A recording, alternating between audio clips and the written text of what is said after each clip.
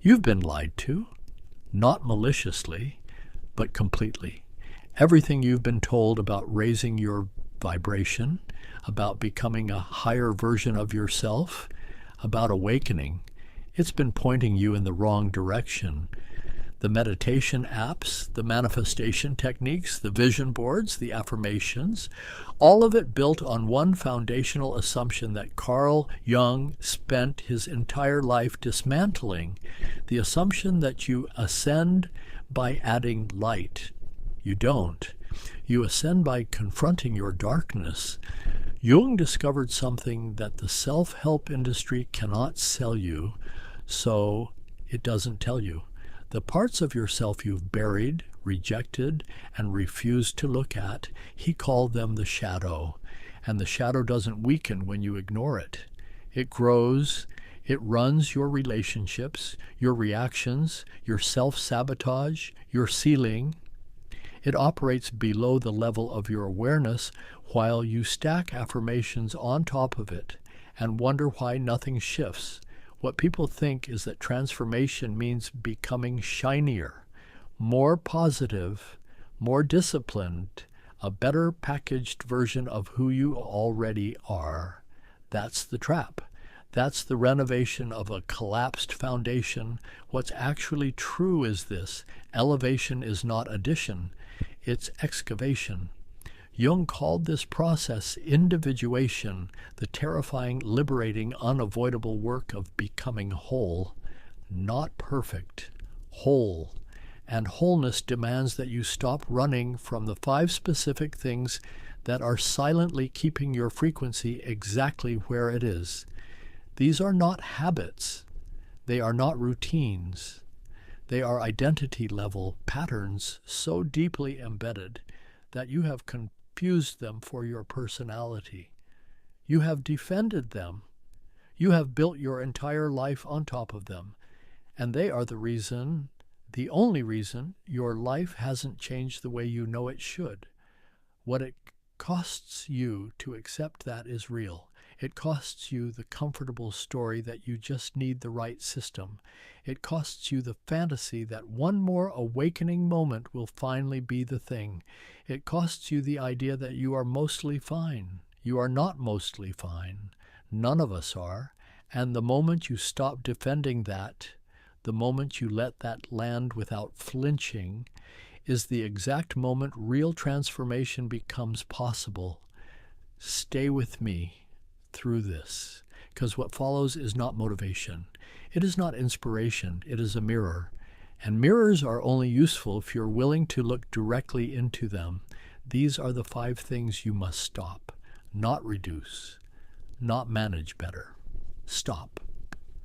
The first is the performance of wholeness. You have learned to speak the language of healing without doing the work of healing. You know the vocabulary, boundaries, triggers, shadow work, inner child, frequency, alignment. You post about growth. You recommend the books. You have the aesthetic of someone who has done the work. And underneath all of it, the same wounds are running, the same patterns they always have. Jung called this the persona, the mask the ego builds to present an acceptable face to the world. And in the age of self-development content, the persona has evolved. It no longer just wears the mask of success or respectability. Now it wears the mask of awakening. The costume is consciousness. The performance is spiritual. And it is more dangerous than any previous version because it gives you the feeling of change without requiring the substance of it. You know this is you when the thought of someone seeing through your spiritual presentation creates a flash of panic. When you perform equanimity in public and collapse in private. When the content you consume about growth has become a substitute for actual confrontation with yourself. Timeless spiritual texts warned this exact pattern centuries ago. The most dangerous deception, ancient wisdom taught, is the one you perform for yourself. that a person can dress in the garments of the enlightened while their interior remains entirely untouched. You hold on to this performance because it works. It earns you identity, community, respect. Dropping it feels like social death, but it costs you the actual transformation you claim to be chasing. Release looks like this.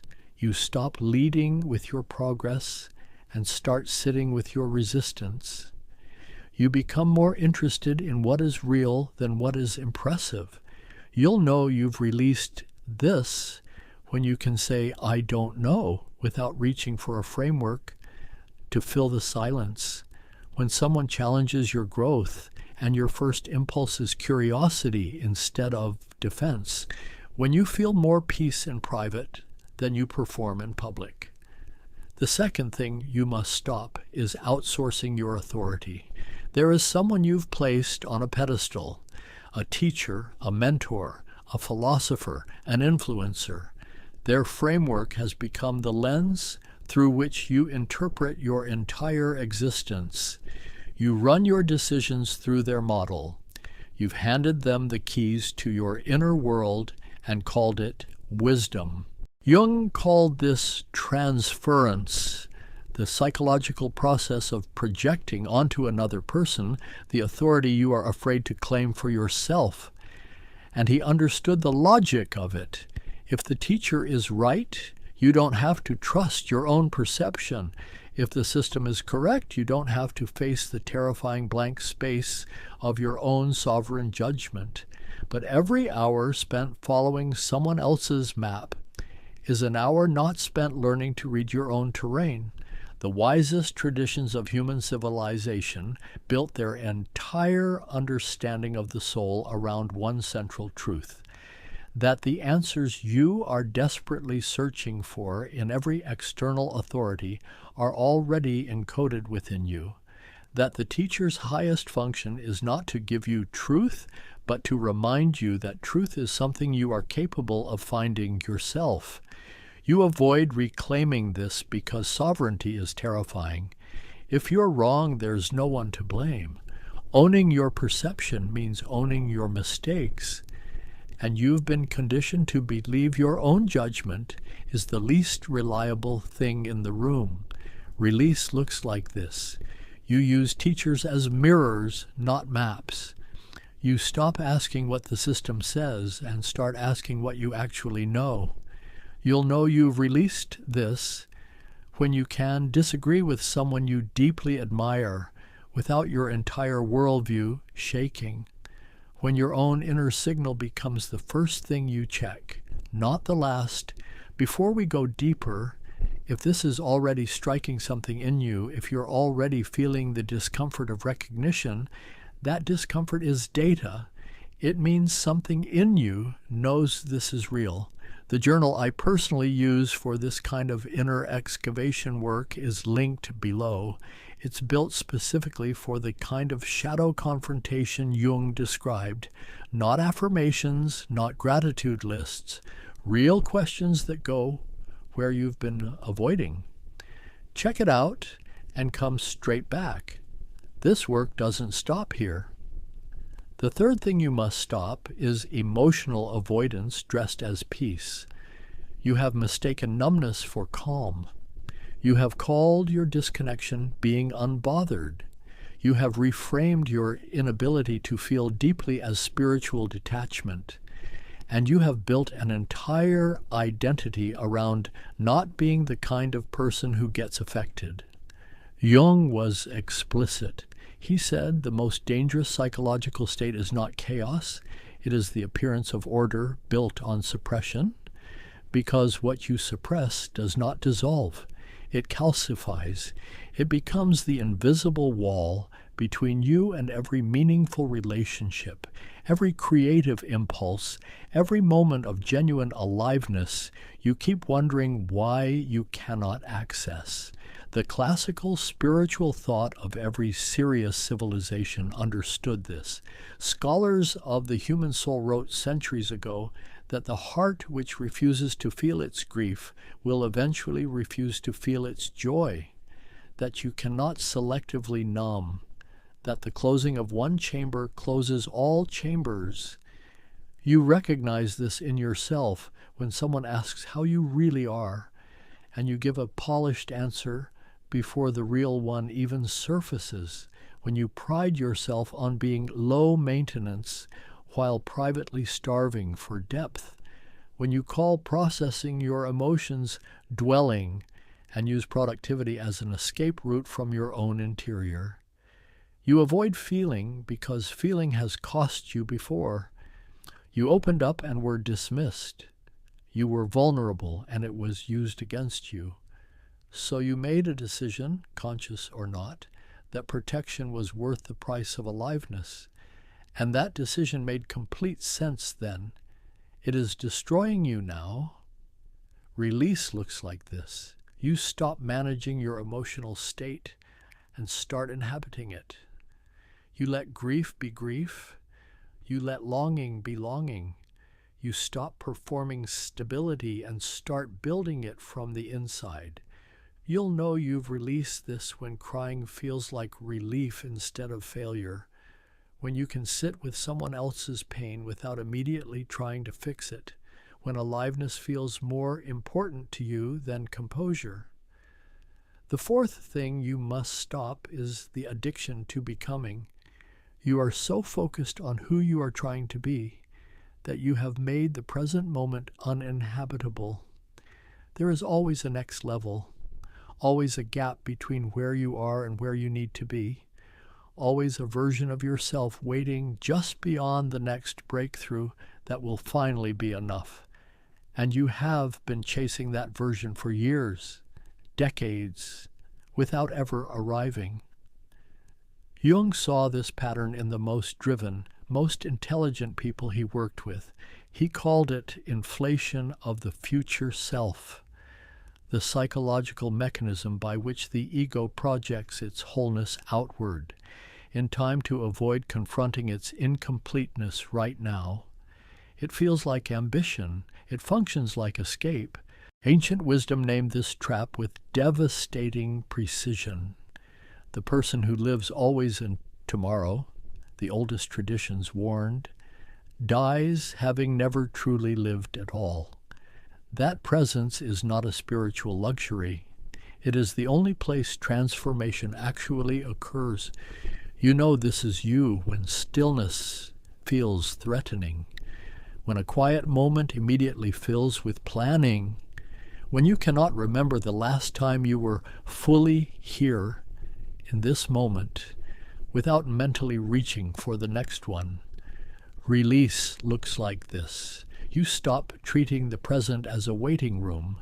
You bring the same intensity you give to your future self to the person you actually are right now.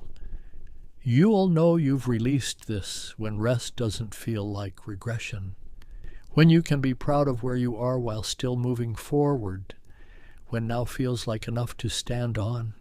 The fifth thing you must stop is the war with your own nature.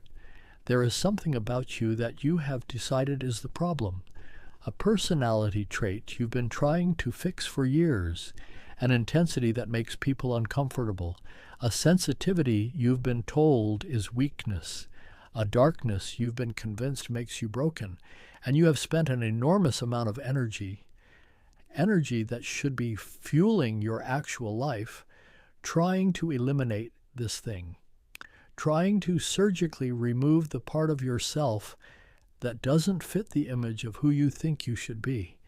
Jung called this the greatest psychological tragedy of modern human beings. Not the presence of darkness, but the war against it. He wrote that what you resist in yourself doesn't disappear. It goes underground, it waits, and it returns with greater force than before, wearing disguises you don't recognize until the damage is already done. The wisest traditions of human civilization understood this at the deepest level. Scholars of the soul wrote centuries ago that the human being is not a mistake to be corrected, but a mystery to be inhabited. That the qualities you most despise in yourself, when finally accepted and integrated, become the source of your greatest power. That the wound, when faced without flinching, becomes the gift. You know this is you when you feel a persistent low-level shame about something fundamental in your character. When you oscillate between performing self-acceptance and privately waging war on yourself. When you are more forgiving of other people's flaws than you are of your own existence, you avoid surrendering this war because the war gives you something. It gives you a project. It gives you a reason why you haven't fully shown up yet. As long as you are still fixing yourself, you don't have to fully risk yourself. The war is painful, but it is safer than the terrifying exposure of showing up as exactly who you are and finding out whether that is enough. Release looks like this. You stop trying to become acceptable and start becoming integrated. You take the energy you've spent fighting your nature and redirect it toward understanding your nature. You stop asking, what is wrong with me? And start asking, what is this trying to show me? You'll know you've released this when the trait you most wanted to eliminate becomes the thing you understand most deeply about yourself. When you stop apologizing for your intensity, your sensitivity, your complexity, when you can hold your darkness without being held by it. Now step back. Look at all 5 together. The performance of wholeness, the outsourcing of authority, the emotional avoidance dressed as peace, the addiction to becoming, the war with your own nature. Do you see the thread running through all of them? Every single one is a form of rejection, a rejection of what is actually here, actually true, actually you, right now. And Jung's central insight, the one that cost him his friendship with Freud, the one that the psychological establishment spent decades trying to minimize, was this: that the human being's primary suffering is not caused by what happened to them.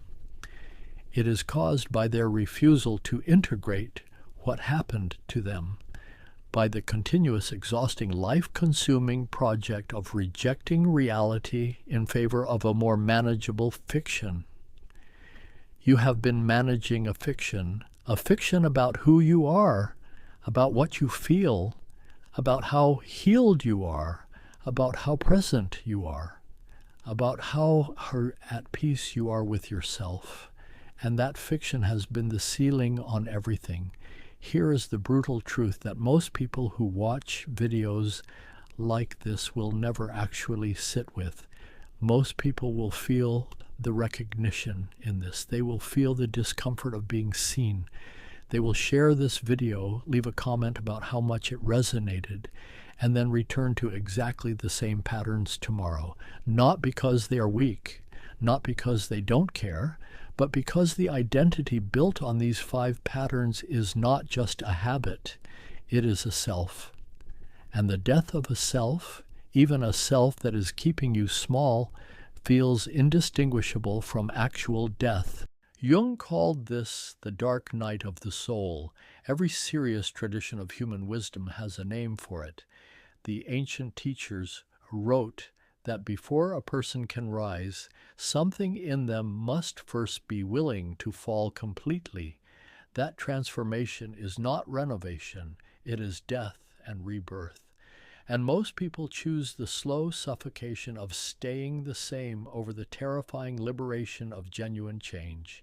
Spiritual bypassing is the final trap. Doing the practices without doing the work. Meditating without confronting, journaling without honesty, speaking the language of growth while the shadow runs everything from below. Jung saw it constantly. The most spiritually sophisticated people, the most psychologically articulate people, still trapped in the same unconscious loops because they were using their sophistication as armor instead of a scalpel. The question is not whether you understand this. You understand it. The question is whether you are willing to let it cost you something. Now let me show you what becomes possible on the other side. Not as motivation, not as a reward you're being dangled, but as an honest description of what human beings actually become when they stop doing these 5 things. When the war ends, when the performance drops, when the excavation is finally taken seriously, you stop reacting and start responding. The triggers that used to hijack your entire nervous system lose their grip, not because you've suppressed them, but because you've met what's underneath them. You know where your reactions come from, and that knowledge creates a gap, a fraction of a second of space between stimulus and response. Jung called that gap the birthplace of consciousness. Every serious tradition of human wisdom called it freedom. You stop performing and start inhabiting. The energy you spent maintaining the image of someone who has it together gets redirected into actually building something real. Your relationships deepen because people can finally feel you instead of your presentation. You become someone others trust, not because you project certainty, but because you radiate authenticity. There is nothing more magnetic than a human being who has stopped pretending. You stop outsourcing and start knowing. Your own inner signal becomes reliable because you've spent time cleaning the channel. You can sit with a decision in silence and feel the difference between fear and genuine guidance. You stop needing constant external validation because you've developed a relationship with your own perception that you can trust. You operate from wholeness instead of hunger. The desperate edge that used to drive every ambition, the need to prove, to achieve, to finally become enough, softens into something steadier. You still move, you still build, you still pursue, but from a foundation instead of a wound. And everything built from a foundation lasts in a way that nothing built from a wound ever can. You stop living in tomorrow and start living here. The present moment stops feeling like an obstacle between you and your real life and starts feeling like the only place your real life has ever existed. You notice things, small things, the quality of light, the texture of a conversation, the sensation of being genuinely, fully, unreservedly alive in a moment that will never come again. This is not a fantasy. This is what individuation actually produces. Jung documented it. Every wisdom tradition that ever took the human soul seriously pointed toward it. Not enlightenment as an escape from being human, but enlightenment as the full, unflinching, integrated embrace of it. Jung wrote near the end of his life that the most terrifying thing is to accept oneself completely. He didn't write that as a warning. He wrote it as an invitation, because he also knew from decades of sitting with human beings in their darkest, most honest moments that on the other side of that terror is the only version of freedom worth having.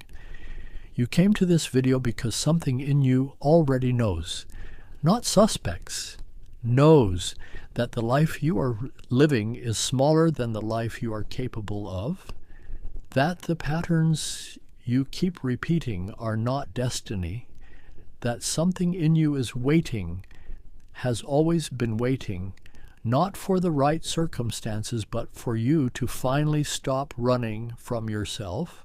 So here is the closing challenge, not a question to journal about later, a decision to make right now. Which one of these 5 things are you most afraid to release?